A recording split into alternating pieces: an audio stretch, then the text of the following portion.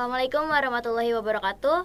Halo semuanya, kembali lagi bersama saya Putri Dilan dari Nurpalupi dalam podcast SMK Negeri 5 Kota Bekasi. Nah, kali ini kita akan membahas tentang peristiwa G30 SPKI.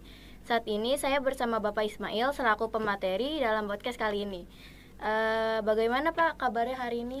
Alhamdulillah baik, Putri. Sebelumnya izin Pak, mungkin teman-teman yang sekarang sedang menonton ada yang belum kenal dengan Bapak. Bisa perkenalkan diri terlebih dahulu Pak. Ya, oke, terima kasih Putri.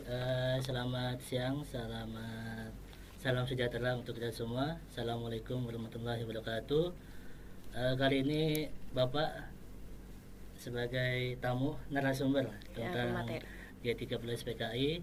Untuk yang kalian yang ada di rumah atau yang sedang menonton, perkenalkan, Bapak adalah guru PKN di SMK Negeri 5 Kota Bekasi. Nama Bapak Pak Ismail Saleh, dan Bapak dulu adalah mahasiswa PKN di UNJ. Gitu, Putri. Boleh tahu berapa lama Bapak mengajar di SMK 5 ini? Di SMK 5 Bapak baru masuk di tahun 2017 sampai dengan sekarang. Wah, udah lumayan lama ya Pak mengajarnya. Lumayan lah, ya. Oke, tanpa membuang waktu lama, yuk simak materinya. Menurut Bapak, komunis itu apa sih Pak? Terus apakah bisa menjadi ideologi yang sangat besar PKI itu? Oke, gini ya, biar kita paham dulu bagaimana masuk di awal abad 20 ideologi dari Marxisme ini kok bisa berkembang pesat sampai hampir sepertiga daratan dunia. Oke, ceritanya seperti ini. Ya, sebelum ini kan ideologi ini kan berkembang di Eropa. Ya. Marxisme tentang buruh dan tani, menentang kapitalisme dan feodalisme. Nah, di sini digunakan kesempatan oleh para sekutu Inggris sama Perancis melobi. Dulu ada namanya Kekaisaran Rusia sebelum ada yang namanya Uni Soviet. Betul apa enggak? Kebetulan saya sepertinya baru dengar sih Pak cerita ya. itu. Sebelum abad 20 masuk, ada yang namanya Kekaisaran Rusia, Ottoman, sama Kekaisaran Tiongkok atau Cina. Ini semuanya adalah negara atau kekaisaran yang sangat hebat sekali. Yang pastinya kalau Inggris, Prancis dan sekutunya kalau melawan langsung, tiga kekaisaran ini pasti akan kalah. Makanya bagaimana Inggris, Prancis menggunakan kesempatan paham ideologi dari Marx ini supaya masuk ke dalam Kekaisaran Rusia, Kekaisaran Cina maupun Turki Ottoman. Ottoman, bukan Turki ya. Nah, gini. Dulu Inggris sama Prancis memberikan kesempatan membantu Kekaisaran Rusia untuk merebut kembali yang namanya Hagia Sophia atau Konstantinopel yang direbut oleh Kekaisaran Ottoman. Ya. Berhasil apa enggak di era Perang Dunia I? Ini mereka berperang di era Perang Dunia I ya, antara Inggris, Prancis ngajak si Kekaisaran Rusia melawan blok yang sebelahnya, di mana blok sebelahnya ini termasuk Ottoman juga, yang Perang Dunia I itu dimenangkan oleh blok sekutu, sehingga sekutu menang. Ottoman pun juga merasa negaranya mulai terobak-abik ya, sehingga Kekaisaran Rusia walaupun dia menang tapi dia mengalami inflasi, mengalami gejolak juga, perang saudara di dalam negerinya. Inilah yang digunakan kesempatan oleh orang Eropa untuk memasukkan paham Marxisme, ya, paham sosialis komunis, sehingga lambat laun akhirnya dengan perjanjian Bolshevik Kekaisaran Rusia runtuh, diganti dengan revolusioner dari Vladimir Lenin. Makanya antara Marxisme dengan Lenin itu sejalan, sehingga terbentuk yang namanya negara Uni Soviet yang berbau komunis. di mana komunis Soviet ini ya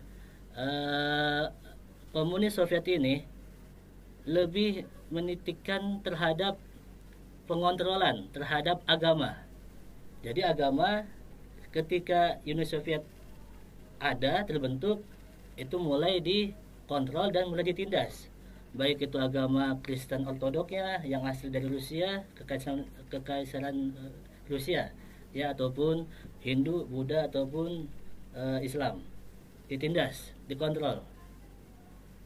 Nah, inilah yang menyebabkan bagaimana komunis ketika di abad 20 awal atau tahun 1900-an 12 ke atas ya, itu bisa berkembang sangat luas sekali karena memang bekas kekaisaran Rusia itu juga sangat luas sekali, hampir sepertiga daratan mereka kuasain. Hal ini juga berlaku di kekaisaran Cina. Nah, pokoknya yang berbau kekaisaran, kerajaan atau kesultanan abad 20 harus dihapuskan. Nah, dengan menggunakan ajaran dari Marxisme, termasuk juga Mustafa Kemal, ya, pemimpin revolusioner dari Turki. Dia meminta bantuan kepada Lenin, tapi dia untungnya Turki kan berbasis agama ya, Islam ya. Untungnya mereka tidak seperti kekaisaran Rusia yang tadinya dia memiliki jiwa rohani kekristenan, masuk komunis ya, jiwa rohani mereka hilang. Makanya komunis itu identik dengan ateisme, tidak mengenal agama, dan agama dijadikan sebagai candu dalam kehidupan berbangsa maupun bernegara. Nah, inilah yang tidak dilakukan oleh Kemal setelah Ottoman runtuh menjadi negara Turki modern. Dibawalah Turki menjadi negara sekuler. Antara urusan pemerintah atau negara dengan agama harus dipisahkan, dibedakan. Ya, kalau Rusia dijadikan ateis, kalau Ottoman dijadikan sekuler oleh bantuan Lenin dan pemimpin mereka yaitu Mustafa Kemal. Nah, itu ya, makanya kok Pak di era Perang Dunia I sampai dengan tahun 91 kok komunis sangat luas sekali. Ya memang mereka mencaplok dari kekaisaran Cina, kekaisaran Rusia yang saat itu memiliki daratan kekuasaan yang sangat luas, dan Cina pun juga masuk ke dalam paham dari Marxisme setelah kekaisaran Cina dinasti Qing itu runtuh. Ya, gitu ya, mungkin tahu ya. Iya, Pak. Jadi kok bisa sebesar itu Pak pengaruhnya komunis dunia? Memang peninggalan dari Rusia, peninggalan dari kekaisaran Cina, ya. Gitu ya Pak ceritanya. Iya. Nah teman-teman, jadi gitu ceritanya, komunis itu berasal dari mana atau kenapa bisa ada komunis. Sekarang bagaimana PKI bisa ada nih Pak atau bisa tumbuh di Indonesia Pak? Nah, oke. Mengenai PKI tumbuh di Indonesia, ini merupakan propagandanya dari Belanda juga, ya. Sama, masih awal-awal abad 20, masuk abad 20 tahun 1900-an 05 ke atas ya. Belanda tahu nih bahwa ada yang namanya organisasi dagang yang berbau Islam yang namanya Serikat Dagang Islam, SDI, yang dipimpin atau yang dibangun oleh Haji Samanhudi. Ya. Tapi dalam pergerakannya ya, dia kan khusus dagang ya, dalam melawan perdagangan dengan Tiongkok, dengan Cina. Melihat kok SDI ini banyak pengikutnya sampai jutaan, ini yang ditakutkan oleh Belanda. Makanya Belanda kan sekutunya sama Inggris ya, sama Prancis juga. Nah, dia ngikutin taktik dari Inggris bagaimana bisa menghancurkan kekaisaran yang sangat besar di Rusia maupun di Cina dengan memasukkan paham Marxisme. Salah satu tokoh Belanda dari asal negeri Belanda ya, namanya Schnevel ya, membentuk sebuah ISDV di Nusantara, atau istilahnya Partai Sosialis Demokrasi. Nah, di sini Sneville tahu nih bagaimana orang-orang di STI, maaf ya, setelah Sneville datang, ini si salah satu anggota dari STI itu belajar atau ketemu sama si Sneville ini yang merupakan eh, tokoh dari Marxisme ini atau komunis dari Belanda. Ya, sehingga lama kelamaan dia belajar satu sama lain, kenal, ada salah satu tokoh STI yang tertarik untuk menyebarkan ideologi ini, namanya Semaun. Iya, tahu ya Semaun ya? Tahu ya? Ya, ini pendiri PKI Indonesia ini ya, Semaun ya. Semaun ini adalah anggota dari SDI. Nah, melihat gerak-gerik dari Semaun condong ataupun dekat dengan Sneville yang merupakan notabene adalah orang yang berpaham Marxisme, ya, host Cokroaminoto langsung menegurnya. Toh kamu malah dekat dengan paham yang merupakan paham yang lebih dekat dengan ateis ketimbang dengan yang beragama, sehingga pecahlah itu kan, SDI berubah menjadi SI ya, Serikat Islam. Nah, dari situ terbentuk yang namanya dua kubu. Satu kubu merah yang dipimpin oleh Semaun ya, atau blok kirinya SI, lalu yang blok kanannya atau blok yang berbau agamis, yaitu bloknya host Cokroaminoto atau blok kanan atau sayap kanannya. Nah, inilah cikal bakal Semaun mendirikan partai komunis yang ada di Indonesia. Host Cokroaminoto yang sebelah kanan, blok kanannya, sayap kanannya itu membentuk Partai Serikat Islam. Nah, jadi awalnya adalah orang Islam juga yang mungkin tergiur ataupun terpropaganda oleh politik etis atau politik adu domba yang dilakukan oleh Belanda, supaya Islam atau pedagang Islam ya, yang tadinya punya pengikut banyak, mereka terpecah belah. Ya. Kalau boleh tahu nih, PKI kan kemungkinan atau emang lama banget ya Pak sempat ada di Indonesia. Ya. Bentuk pemberontakan dari PKI itu sendiri itu apa ya Pak? Nah, yang paling jelas, yang paling ganas ya, itu adalah PKI tahun 1948. Ya, ada tahun 1926, 48, 65, tapi kata kebanyakan ya yang ada di internet ataupun yang di buku-buku tuh sampai 5. Tapi yang mungkin ya, yang efek yang paling berat atau yang paling mengena di hati rakyat Indonesia tahun 48 udah merdeka kita ya. Itu dari tahun 48 sampai dengan tahun 65. Tahun 1926 ya, karena Semaun belajar dengan Sneville, mengajarkan tentang bagaimana mengajarkan supaya Indonesia terbebas dari Belanda, maka harus menggunakan kekuatan dari buruh dan tani untuk supaya melawan bangsa Belanda. Tetapi apa? Tahun 1926 mereka melakukan pemberontakan terhadap kolonial Belanda, tapi bukan pimpinan Semaun ya. Semaun lagi belajar di Moskow, Rusia, maaf, di Uni Soviet. Di Sumatera, Jawa terjadi yang namanya pemberontakan terhadap Hindia Belanda atau bangsa Belanda kolonial. Kira-kira bagus apa gitu Mbak? Kira-kira baik apa enggak? Nggak baik sih Pak kalau misalnya kayak gitu. Tujuannya adalah untuk mengusir Belanda. Untuk mengusir Belanda baik. Baik ya. Berarti tahun 1926 kalau kamu hidup di sana dirayu untuk masuk ke komunis untuk melawan Belanda, mau apa enggak Mbak? Ya, kalau misalkan di tahun 1926 itu kan kemungkinan agama masih belum kuat gitu ya Pak. Agama belum jadikan sebagai candu untuk orang-orang komunis, karena mereka masih menghimpun orang nih supaya masuk ke dalam kelompok mereka, sehingga banyak pengikutnya. Mungkin nanti tahun-tahun berikutnya barulah mereka melancarkan apa yang dilancarkan di Uni Soviet ataupun Cina ya. kalau misalkan agama kan masih belum kuat, itu ada kemungkinan juga misalkan saya ada di tahun itu, saya ada kemungkinan untuk tergiur masuk ke gabung dalam komunis itu. Oh gitu ya. Itu karena ini Iya, iya. agamanya yang belum kuat. Kalau misalkan tahun sekarang kan agamanya udah lebih kuat lagi kan, Pak. Oh gitu ya Mbak ya. Padahal dulu adalah para tokoh bangsa kita itu terkenal Mbak, yang namanya kiai-kiai ataupun para ulama ya. Jadi dulu itu juga emang udah terkenal yang namanya Masyumi, yang namanya Muhammadiyah, itu udah ada ya, tapi belum terorganisir ya. Oke gini ya.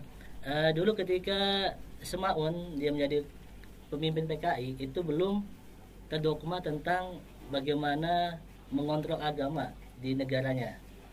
Nah setelah Semaun ke sana, ke Moskow, ke Uni Soviet ya, bersama dengan Musso ya, yang tahun 48 itu ya, barulah dia membawa ideologi yang sangat radikal, komunis yang benar-benar menghancurkan agama.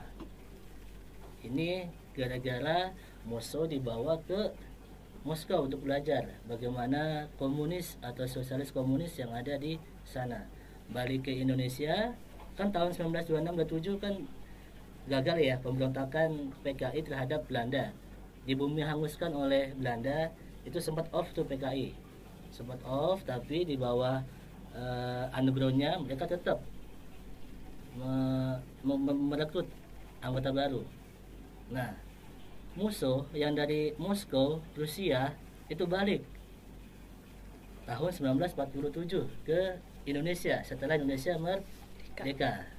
Nah, tahu apa enggak bagaimana peristiwa PKI Madiun tahun 1948 bisa meletus, Mbak Putri?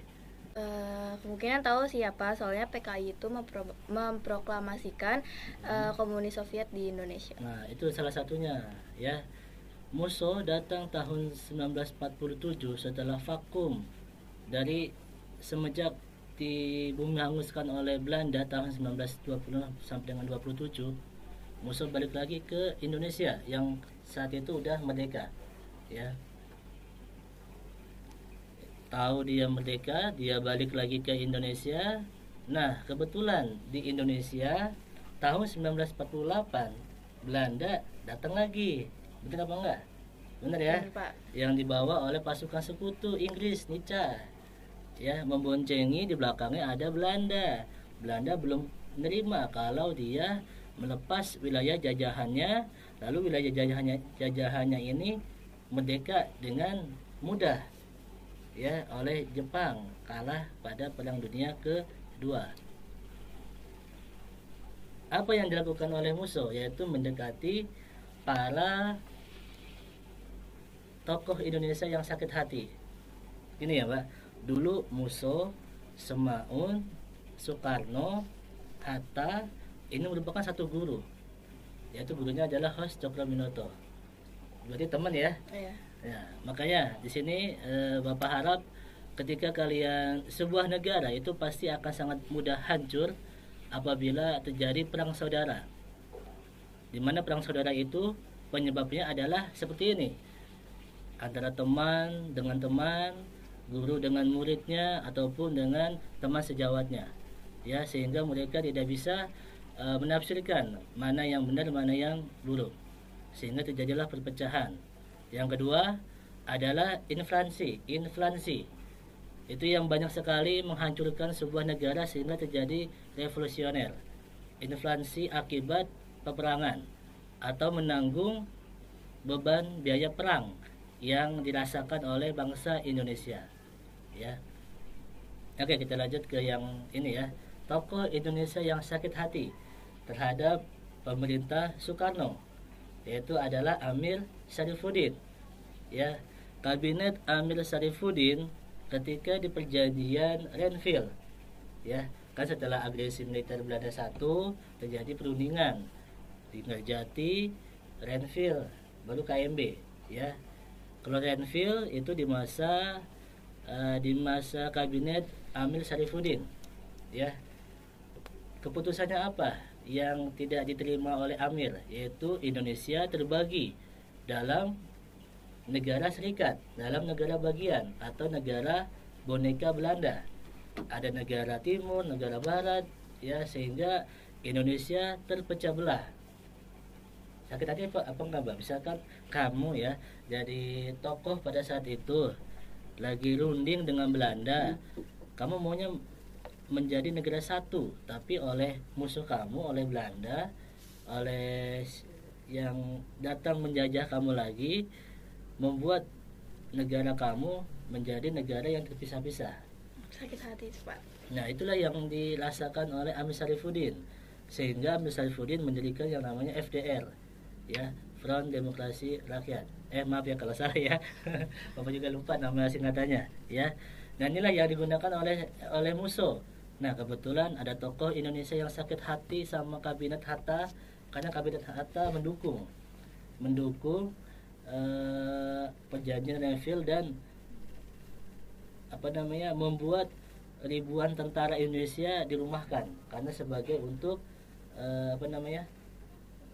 penghematan biaya negara, ya. Karena apa? Salah satu isi dari perjanjian Renville itu adalah menarik seluruh pasukan tentara Indonesia ke tempat atau ke daerahnya masing-masing. Jadi Belanda sangat mudah sekali untuk datang ataupun menguasai negara-negara bonekanya. Ini yang tidak disukai oleh Amir Syarifuddin dari perjanjian Renville ataupun dari kabinet Hatta. Nah, inilah yang dilihat oleh musuh, sehingga musuh sama Amir ketemu nih, ya. Lalu sepakat untuk melakukan pemberontakan di tahun 1948. Musuh yang datang dari Moskow itu membawa ideologi komunis yang sangat berbahaya, radikal. Udah terskema bahwa komunis itu harus mengontrol yang namanya agama. Makanya tahun 1948 di Madiun, ya, musuh khususnya PKI, ya, itu banyak sekali menculik, membunuh para ulama, para santri-santri juga, ya. Itu sampai korbannya sampai ratusan yang dibunuh ketika peristiwa tahun 48. Sakit hati apa enggak, Mbak, ketika ada sesama teman kita yang seagama, ya, lalu dibunuh juga oleh teman kita yang mungkin agamanya sama tapi sudah tercemar oleh ideologi ateis. Ya, jelas sakit hati sih, Pak, kalau misalkan kayak gitu. Iya, sakit hati sekali, ya, dan menyimpan rasa dendam, ya. Jadi dendam itu kebanyakan adalah orang-orang NU yang banyak diculik ataupun yang dibunuh ketika tahun 1948. Kalau 1926 belum, ya, masih perjuangannya untuk mengusir Belanda.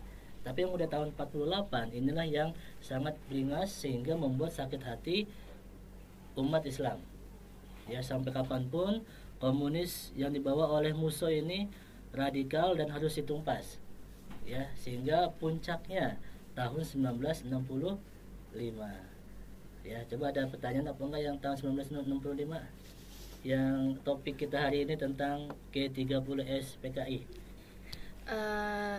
Untuk kasus yang di tahun 1965 itu menurut Bapak peristiwa G30S PKI itu apa? Bapak ibaratkan sebagai pengkhianatan, kesetiaan, pengorbanan, ya. Mana yang cocok coba menurut Putri? Pengkhianatan. Kesetiaan, ada nggak kesetiaan di situ? Dan pengorbanan? Mungkin bagi mereka sih ada alasan yang emang karena mereka setia atau apa gitu. Oke, ya. Setelah tahun 48 itu kan kejadiannya September juga, ya. September, ya. Sama kayak tahun 65. Makanya yang namanya sejarah katanya adalah guru yang terbaik bagi sebuah negara atau bagi kalian. Tapi nyatanya sejarah itu akan terus berulang sampai kapanpun. Terbukti, ya, pemberontakan bulan September tahun 48 dan tahun 65 terulang kembali di bulan September. Di bulan Oktobernya si musuh ditembak mati.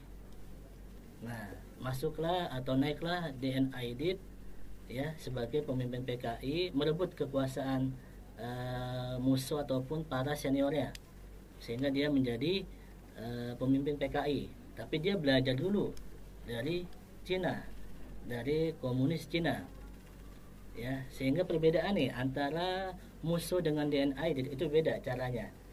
Kalau musuh dengan kekerasan radikal membuat negara komunis Indonesia memproklamasikan, ya. Kalau yang DNI ini lebih mesra terhadap pemerintah Indonesia.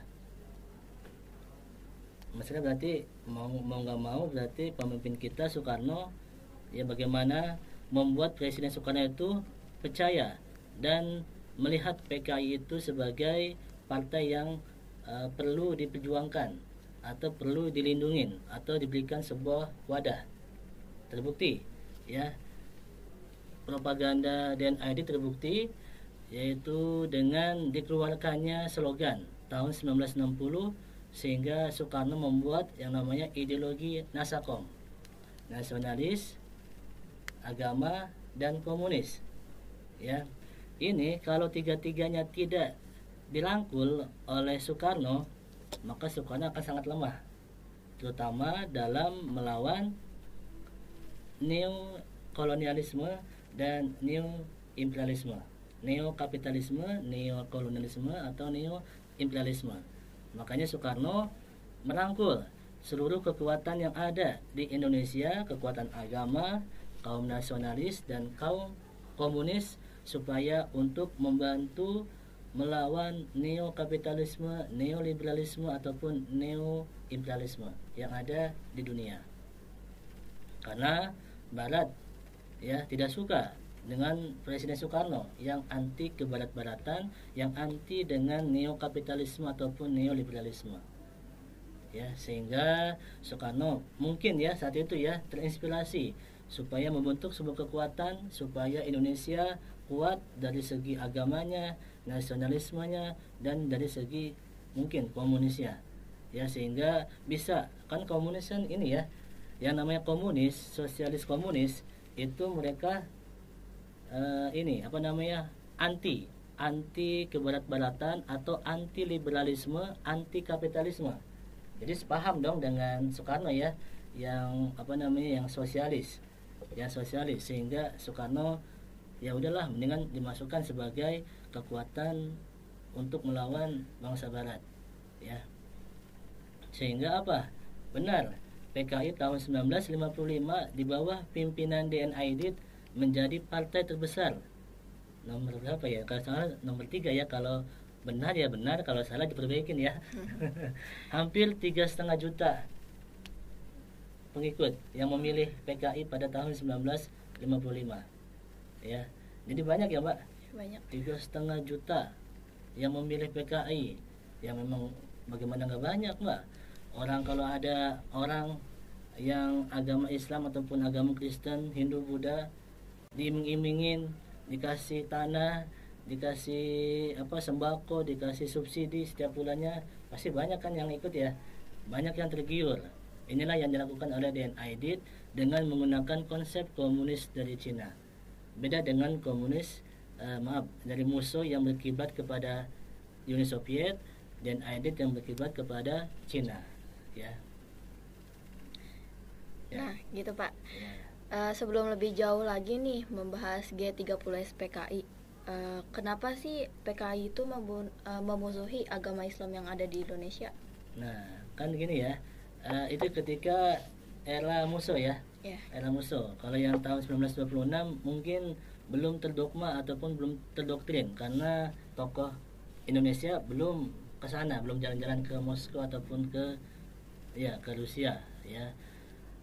Gini, ya, kan yang namanya komunis itu akan membuat negara itu ateis, sama seperti yang ada di Kekaisaran Rusia. Kekaisaran Rusia runtuh, lalu ada yang namanya perjanjian Bolshevik, lalu ada yang namanya ajaran Marxisme, sehingga berubah haluan yang tadinya sosialis berubah menjadi komunis. Nah, Marxisme ataupun Vladimir Lenin, ya, lama kelamaan menganggap agama itu sebagai candu, sebagai pembatas untuk mereka lebih maju ataupun lebih kuat, sehingga di situ ada kontrol agama atau penindasan agama. Berarti sama kan ya, musuh dari Moskow datang ke Indonesia, agama Islam ditindas apa enggak? Iya, diculik, dibunuh para kiai, para santri, para yang ada di pondok pesantren di Jawa Tengah, Jawa Timur, semuanya kena oleh PKI. Ya. Sekiranya gitu ya Pak. Iya. Terus langkah apa aja nih yang Bapak ambil kalau misalkan banyak murid yang terkesan biasa aja atau bahkan cuek, nggak peduli terhadap sejarah G30 SPKI ini? Nah, ini ya. Kenapa tadi Bapak bilang G30 SPKI itu ada sebagai pengkhianatan, pengorbanan ataupun kesetiaan? Ya. Ini lama kelamaan ke sini ya, lembaran-lembaran yang dahulunya mungkin dirahasiakan oleh negara atau oleh seseorang atau oleh sekelompok ya, ini mulai terbuka ya. Kita nggak tahu siapa yang berkhianat kepada negara kita. Yang pasti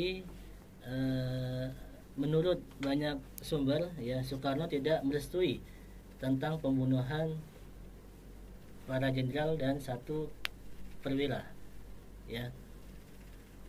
Tujuan Soekarno adalah untuk ini aja, supaya Dewan Jenderal ini yang tadinya katanya isunya akan melakukan sebuah kudeta supaya menghadap ya. Ketika itu Letkol Untung ya sebagai pemimpin dari Cakrabilawa atau istilahnya dari Pas Pampres ya, atau istilahnya pasukan khusus lah untuk pengamanan presiden ya, itu menculik beberapa jenderal ya dengan pasukannya ya, yang tadinya niatnya untuk menculik kok tiba-tiba malah dibunuh di daerah Halim Perdana Kusuma. Emang ya dekat-dekat situ ya, ada yang ada lubang buayanya ya. Entah siapa yang merasukin supaya Dewan Jenderal ini dibunuh, yang tadinya cuma untuk diculik menghadap Soekarno ya, supaya Soekarno mengklarifikasikan benar apa enggak ada isu Dewan Jenderal yang nantinya akan mengkudeta pemerintahan yang sah. Tapi kok malah dibunuh. Nah, berarti kan itu ada pengkhianatan ya, di jiwa ataupun di sekelompok orang-orang PKI juga ya, yang tadinya cuma menculik kenapa kok dibunuh, dimasukkan ke dalam sumur ya. Kita nggak tahu siapa yang mana yang benar, mana yang salah ya. Tetapi juga ada kesetiaan di sana ya, dan pengorbanan. Efek dari adanya gerakan G30 SPKI apa Mbak? Tahu apa nggak Mbak? Kenapa? Iya, efek dari adanya pembunuhan Dewan Jenderal tersebut, setelah itu apa yang terjadi di negara kita? Mungkin untuk warganya sendiri ya, khususnya adanya yang berpaham komunis. Ini adanya trauma dari kejadian tersebut. Ya, yang paling parah ya, dari adanya peristiwa ini terjadi genosida besar-besaran di negara kita, di bangsa kita sendiri malah ya, yaitu seluruh antek-antek komunis, simpatisan ataupun yang berbau komunis yang ada di Indonesia itu dihabiskan ya, dihabiskan. Dulu pernah Soekarno menyuruh Jenderal Sudirman untuk membasmi komunis ketika Musa memberontak, tapi kan berhasil ya, Musa tertembak atau dibunuh. Nah, untuk kali ini entah siapa yang menyuruh ya, atau yang membuat sebuah perintah, simpatisan, anggota ataupun para pengikut dari komunis Indonesia semuanya dibantai ya. Kan tadi kan ada 3,5 juta yang memilih PKI, berarti kan dia orang-orang PKI. Makanya ada yang menyebutkan genosida ketika tahun 1965 sampai dengan tahun 66 itu jumlahnya hampir melebihi 1 juta jiwa ya. Kira-kira kalau misalkan ya ada orang PKI yang selamat, misalkan anaknya yang sempat selamat diungsikan oleh saudaranya yang bukan PKI, kira-kira anak ini merasa dendam apa enggak, kok tiba-tiba orang tuanya dibunuh, dibantai, padahal enggak tahu apa-apa peristiwa G13 PKI. Kalau misalkan jadi anak itu sih yang jelas dendam ya, kayak dia itu nggak tahu alasan kenapa orang tuanya dibunuh, terus kenapa tiba-tiba dibunuh. Nah, ya itu makanya ada yang mengatakan bahwa tahun-tahun ini atau tahun-tahun sebelumnya PKI mulai bangkit, ya kan ya, pernah ya mendengar ya. Tapi itu adalah sebuah, ya udahlah, yang namanya komunis jangan ada lagi di negara kita, ya, karena kalau komunis bangkit kembali dan meluapkan dendamnya ketika tahun 65 sampai dengan tahun 66, maka akan terjadi perang saudara lagi sesama bangsa kita, ya, sehingga bangsa kita yang udah bersatu ini ya bisa terpecah belah kembali. Jadi gitu ya, antara kesetiaan, pengorbanan sampai ke pengkhianatan. Nah, untuk yang pertanyaan tadi, untuk para generasi muda Indonesia yang mungkin acuh, tidak mau tahu terhadap sejarah bangsa kita yang kelam, ya, terhadap komunis yang mungkin pernah mengobrak-abrik tatanan keagamaan ataupun keharmonisan di negara kita, ataupun yang pernah mesra dengan pemerintahan kita, ya, cobalah kalian dari diri kalian jangan ada sifat-sifat pengkhianat, apalagi kalian sebagai siswa diberikan amanah kepada orang tua kalian untuk membayarkan iuran sekolah ataupun sumbangan ke sekolah, malah kalian cilep ataupun malah kalian untuk keperluan kalian sendiri. Nah, itu adalah bibit-bibit di dalam diri kalian sudah memunculkan jiwa-jiwa pengkhianat yang mungkin pengkhianatan kalian ini belum ketahuan, yang artinya kalian tidak akan setia terhadap amanah yang sudah kalian berikan. Oke, gitu ya. Kan G13 PKI itu diperingati setiap 30 September ya Pak. Setelah 30 September itu ada 1 Oktober yang dimana itu merupakan Hari Kesaktian Pancasila. Menurut Bapak arti Pancasila sendiri itu apa sih Pak? Oke, gini ya, mengapa kok bulan Oktober ya? PKI memberontak Musso dan DNID itu di bulan September, ya. Musso tertangkap dan terbunuh juga di bulan Oktober, bersama itu juga DNID juga, ya. Makanya sejarah itu katanya adalah guru yang terbaik, tapi kok malah diulang-ulang. Terbukti tahun 48 dan tahun 65 di bulan September yang berdarah, kejadian di Madiun terjadi dan G13 PKI pun terjadi, sehingga mungkin ya bukan cocok logi ya ataupun kebetulan ya, memang setelah kejadian G13 PKI ya, yang artinya menandakan kudeta PKI untuk mengambil alih negara kita atau mengambil penggantian ideologi Pancasila menjadi komunis itu gagal, sehingga tanggal 1 Oktobernya dikatakan bahwa Pancasila tetap masih ada di Negara Kesatuan Republik Indonesia dan menyatakan kudeta PKI untuk menggantikan ideologi atau dasar negara Indonesia itu gagal. Dan pada tahun berikutnya barulah mulai adanya yang namanya diperingati Hari Kesaktian Pancasila. Ya. Selanjutnya nih ya Pak, sekiranya apa aja yang dapat kita lakukan sebagai pemuda atau pemudi zaman sekarang yang notabene sebagai penerus bangsa untuk mengamalkan nilai-nilai luhur dari para pejuang yang telah gugur. Oke ya, tadi yang pertanyaan sebelumnya tentang Pancasila ya. Ya.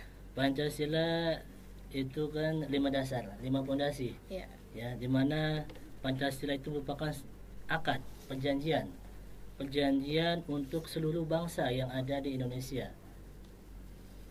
Memang setiap bangsa yang ada di Indonesia agamanya sama berbeda? Beda. Ya, ada yang Kristen, ada berapa agama? Ada kurang lebih 5 atau 6. 6 ya. Dari 6 agama tersebut ya, ketika mereka yang berbeda dengan kita atau yang berbeda suku, ya, atau yang berbeda budaya ataupun adat dengan kita disatukan dengan sebuah semboyan, yaitu Bhinneka Tunggal Ika, ya, di mana semboyan tersebut dirangkul oleh burung Garuda, ya, burung Garuda Pancasila sebagai simbol negara kita. Nah, Pancasila itu adalah akad kebersamaan atau perjanjian bersama dari adanya perbedaan di antara bangsa kita. Jadi seluruh agama, bangsa, budaya, adat ataupun yang lainnya yang ada perbedaan di negara kita semua disatukan oleh Pancasila sebagai dasar negara dan pandangan hidup bangsa dan rakyat Indonesia. Jadi itu ya sebagai payung untuk meneduhi seluruh perbedaan yang ada di negara kita. Itu Pancasila. Ya, makanya banyak sekali negara-negara Timur Tengah yang sedang berkonflik hari ini sampai dengan sekarang belajar ke negara kita bagaimana membuat sebuah ideologi atau dasar negara yang mencangkup atau yang bisa merangkul seluruh perbedaan yang ada di dalam negara tersebut. Ya, kita nggak mau menjadi seperti Suriah, nggak mau menjadi seperti Irak yang terjadi perang saudara sehingga asing masuk menambah parah kondisi yang ada di sana. Kita nggak mau seperti itu. Sehingga terimalah Pancasila benar-benar ya sebagai dasar negara kalian, sebagai pemersatu dari adanya perbedaan yang ada di dalam negara kita. Ya. Nah, sebagai salah satu guru nih ya Pak di SMK 5 ini, cara Bapak membuat murid SMK 5 agar tetap memiliki rasa semangat juang seperti para pejuang Indonesia yang terlebih dahulu itu gimana ya Pak? Ya, caranya? Caranya ya ketika kalian upacara, kalian pasti ada sesi yang namanya pembacaan doa dan mengheningkan cipta. Ya, itu adalah salah satu bagaimana kalian membangkitkan jiwa nasionalisme kalian dan patriotisme kalian terutama kepada jasa para pahlawan yang mungkin hari ini kalian hidup damai, hidup tentram itu berkat dari adanya jasa pahlawan negara kita. Lalu pembiasaan disiplin ketika mau belajar kita doa ya, lalu setelah belajar kita doa juga. Itu merupakan salah satu pengamalan nilai Pancasila yang pertama. Lalu dalam hal kedisiplinan ataupun dalam hal tentang demokrasi, ya demokrasi ketika kalian misalkan keberatan dengan keputusan Bapak, ya Bapak akan selalu voting atau menanyai kalian bagaimana jalan terbaiknya. Ya, sehingga kita benar-benar dalam sekolah ini di SMK Negeri 5 Kota Bekasi, khususnya di mata pelajaran PKN, kita benar-benar merasakan bagaimana kehadiran Pancasila di kehidupan belajar belajar mengajar di SMK Negeri 5 Kota Bekasi. Itu ya Pak. Nah, terakhir nih Pak, pertanyaan terakhir dari saya, dari Bapak sendiri, apakah ada pesan atau amanat yang ingin disampaikan kepada teman-teman semua yang lagi nonton sekarang untuk momen peringatan peristiwa G30 SPK ini dan peringatan kesaktian Pancasila? Nah, untuk kalian yang sedang menonton ataupun yang sedang menyimak, ya, jadilah kalian manusia yang beragama, ya, dimana dalam kehidupan beragama kita diajarkan sebagai manusia yang jujur dalam mengemban sebuah amanah, baik itu amanah dari orang tua kalian, dari guru kalian, atau dari teman-teman kalian, atau dari pemimpin kalian. Sehingga ketika kalian sudah benar-benar menjaga jiwa kalian seperti menjaga kejujuran kalian, insya Allah di negara kita ini tidak akan pernah terjadi yang namanya perang saudara ataupun isu-isu hoax yang beredar saat ini sangat bebas, ya, sehingga bisa membuat bangsa kita terpecah belah. Ya, jadi tetap jaga kejujuran kalian, jaga amanah yang sudah kalian emban, ya, atau yang dititipkan kepada kalian. Jangan sampai ada jiwa-jiwa pengkhianat dalam diri kalian sehingga bisa merusak jati diri kalian, kepribadian kalian, sehingga orang lain menilai kalian itu buruk, ya, sehingga kalian menjadi orang-orang yang terpinggirkan ataupun orang-orang yang mungkin yang melakukan sebuah aksi revolusioner yang merugikan bangsa dan negara Indonesia. Ya, pesannya ya tadi pesannya itu ya, supaya kalian menjadi manusia yang jujur dan bisa menjaga amanah di setiap kehidupan kalian. Ya, itu aja mungkin. Tuh teman-teman dengerin pesan dan amanat dari Pak Mail sekiranya untuk kebaikan kita bersama juga. Wah, tidak terasa ya kita udah ada di penghujung acara. Terima kasih kepada Bapak Ismail atas ilmu yang telah diberikan dan dibagikan kepada kesempatan kali ini.